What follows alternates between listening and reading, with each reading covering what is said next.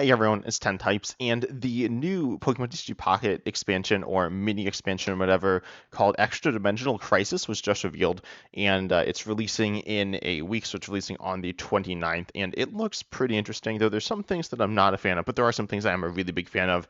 This is still another Sun and Moon set, adding on to, of course, the expansion Celestial Guardians, which had Sun and Moon Pokemon, like Solgaleo EX and Lunala EX, and the starters.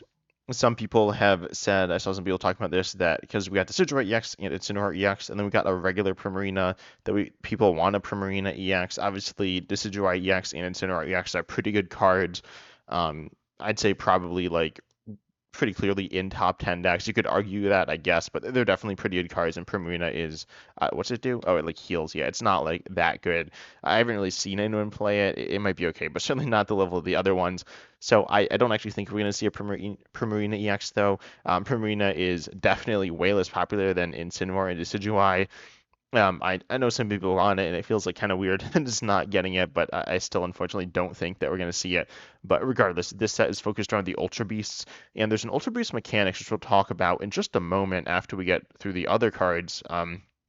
And the Ultra Beasts are kind of cool, but I do have some questions about them as well. But to me, one of the biggest cards in the set is this Shiinotic. Shiinotic has an ability Illuminate, saying once during your turn you put a random Pokemon from your deck into your hand. This is like super good Pokemon search. It's really I was gonna say the only Pokemon search. We have some different things, but this one's really solid and can be used every turn. So this is, I think, potentially a really important card for Pocket. We will see. I don't think there's a card that works with Shiinotic. I don't remember, but anyways, Shiinotic is really nice. There's the other Shiinotic, which does it search or it like does this attack. It's not like super strong 50, and then on a coin flip, stopping your opponent from attacking. It's like okay, but it's certainly not that strong either. And again, I don't think there's a trainer that interacts with it. I don't remember which trainers interact with which Pokemon completely, but yeah, I don't think so.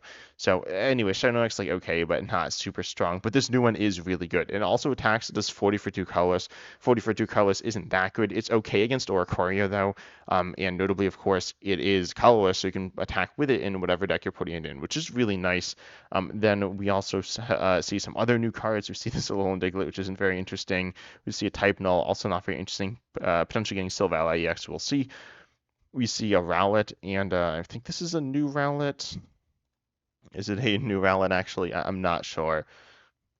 Let's see. Yeah, it is a new Rowlet, so that's like kind of interesting. Um, it doesn't necessarily obviously matter that much, but it's kind of interesting to see that there. And then, of course, a bunch of Ultra Beasts, and we have like one or two other cards that aren't Ultra Beast. But I do think Chinook is the best card of the ones revealed so far. Though, again, there are some cool Ultra Beasts, but it's a really solid card, and I think will help out decks a lot. Because right now in the metagame, decks are pretty like hit or miss, specifically the Stage 2 decks. You need the Rare Candy, and you also need the Stage 2, and it's like kind of hard to get it consistently. You can get it, but at least the game's being very swingy without much middle ground. And I think Chinook might help with that. But overall, I just think it's a really solid card, and definitely one that I kind of want to play. It is versatile and can fit into most decks and be pretty good there. We do have two lightning Pokemon that aren't Ultra Beasts. We have Zeraora here, which does 50 for 2 lightning, and then for with its ability Thunderclap Flash, it says at the end of your turn you take a lightning energy. Sorry, at the end of your first turn you take a lightning energy from the energy zone and attach it to this Pokemon. I'm not a big fan of this card. Notably, you need it on turn 1, and it's not like super strong, and you do need lightning energy from the energy zone or like from somewhere, right? You can't only power it up using the ability, but overall, it's okay. It's an okay card in my opinion, not super great. And again, the ability seems pretty sketchy to get consistently. I've been playing some Giratina EX, not that much. Obviously, if you know me and you know my thoughts on that card, I think it's pretty sketchy because you really do want it turn 1, and I find myself just like missing it a lot turn 1.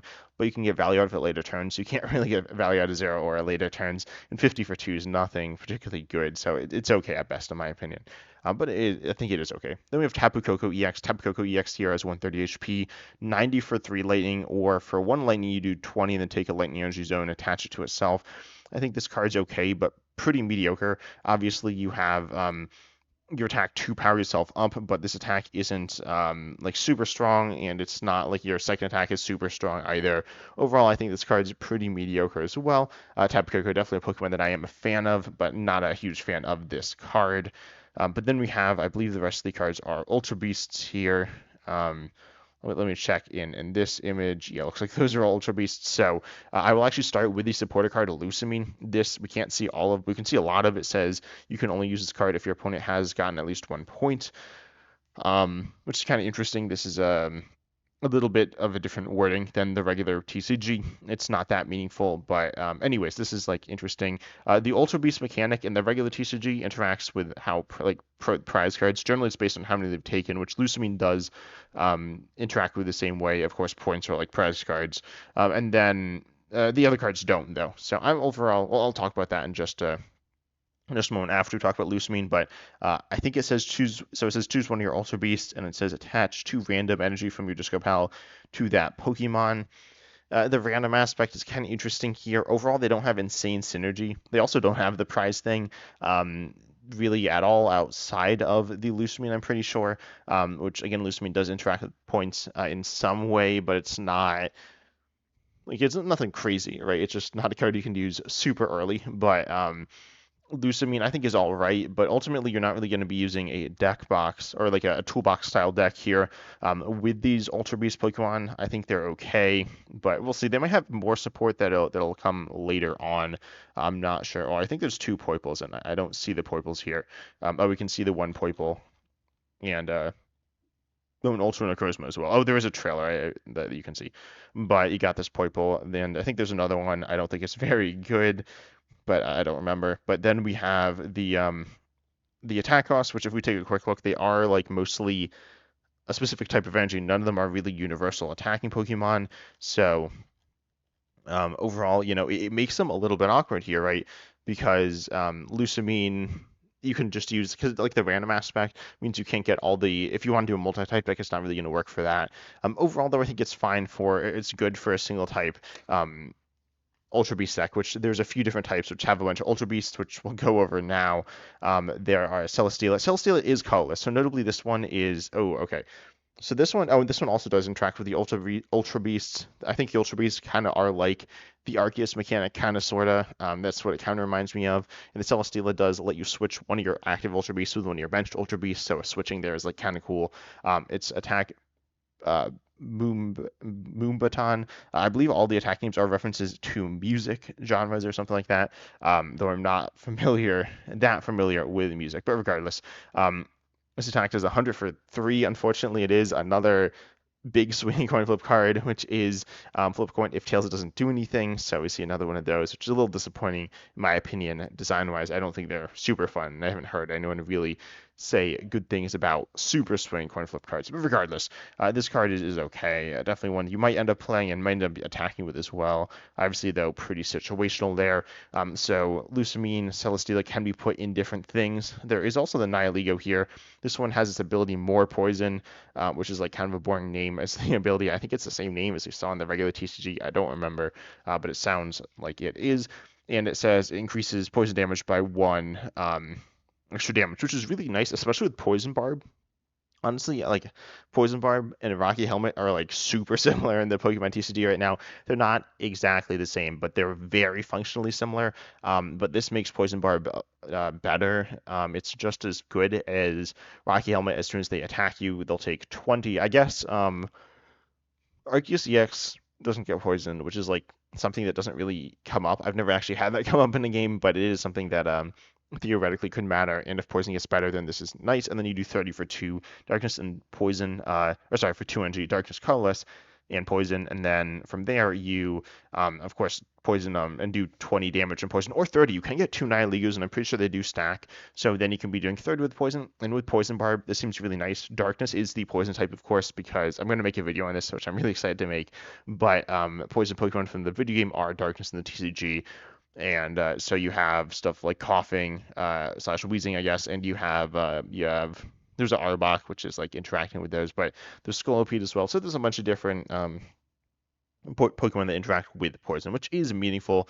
There is also Naganadel. This one does 40 for 1 darkness and poison. Again, intended to be paired with the Nihilego. So you are trying to build this like poison-based darkness Ultra Beast deck. Lusamine isn't super useful, and honestly, Celesteela isn't that useful either. Naganadel has 2 retreat. Nihilego has 1. Also, I think these are the first darkness Pokemon of these.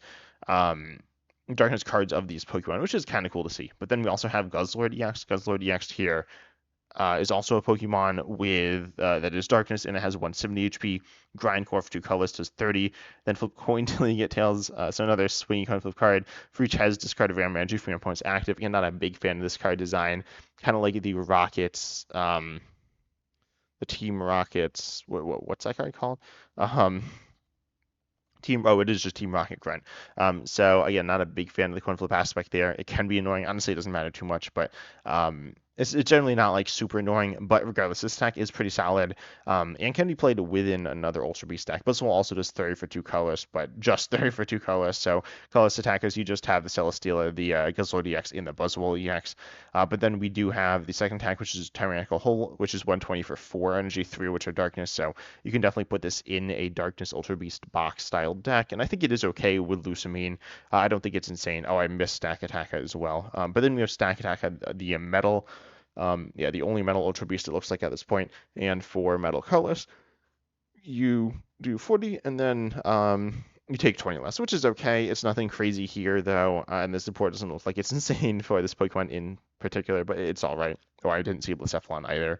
Or I ignored it. And then we have the Pheromosa here. This one does for 1 grass 20 and then 20 snipe. This is a card I kind of like. It's not obviously super insane, but it's okay. Definitely an interesting card there. For like a poke style attacker with some snipe. Then we have Buzzwole EX, which can do 30 for 2 colorless, or Big Beat does for grass colorless. It does 120 and cannot use Big Beat next turn. This seems okay, though nothing insane. Seems alright. Grass has like alright support, so it's not a bad card. Then we have Kartana here. This one does 40 for 1 grass, which is actually pretty good, and has 60 HP. Oh, this is just like Farfetch'd, but it's grass and it's an Ultra Beast.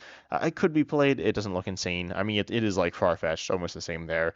Then you have Xurkitree for 3. Oh, no, Lightning Colors. It does 60.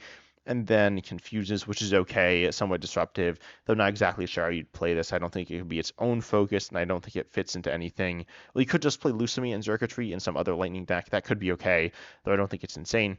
And then we do have Blacephalon. This one for Fire Colorless does 130, then 70 to itself. 70 to self damage is a lot. You only have 100 HP, so this seems kind of bad. Not like completely terrible, but not good enough either, unfortunately. And then we do have Ultra Necrozma here. This one does 60 for 3 colors. This is okay. It is Dragon, so presumably no weakness here. We can't see that, but I'm assuming that's what the case is. And then you can do 120 for Metal Psychic, and then you discard the top 5 players of each card. No, top 5 cards of each player's deck. This is like kind of funny. I don't know if it's actually good. It seems kind of bad, but it does seem funny. So theoretically, you could do some stuff using like Giratina EX, Lunala EX as well. I think could work. Overall, I think these cards are pretty cool. But tell me down below what you think in the comments. I feel like the Ultra Beast could have been a cooler mechanic though as well. In terms of the new mechanics we've seen in Pocket so far, we haven't seen that many, but they've been like kind of tame so far. So I'm hoping we see something a bit more splashy. But these cards are kind of fun, and I think the Shiinotic is a really, really, really good card as well. I think I don't know if it'll necessarily completely change the game, but I think it is a really meaningful card that I'm really excited for as well. But again, tell me down below what you think of these cards, what you're looking forward to from the set, what you're not looking forward to. But I hope you enjoyed. Consider liking and subscribing because that helps the channel and helps me out personally a lot. And I hope you enjoyed. And as always, I'm excited to see you in the next video.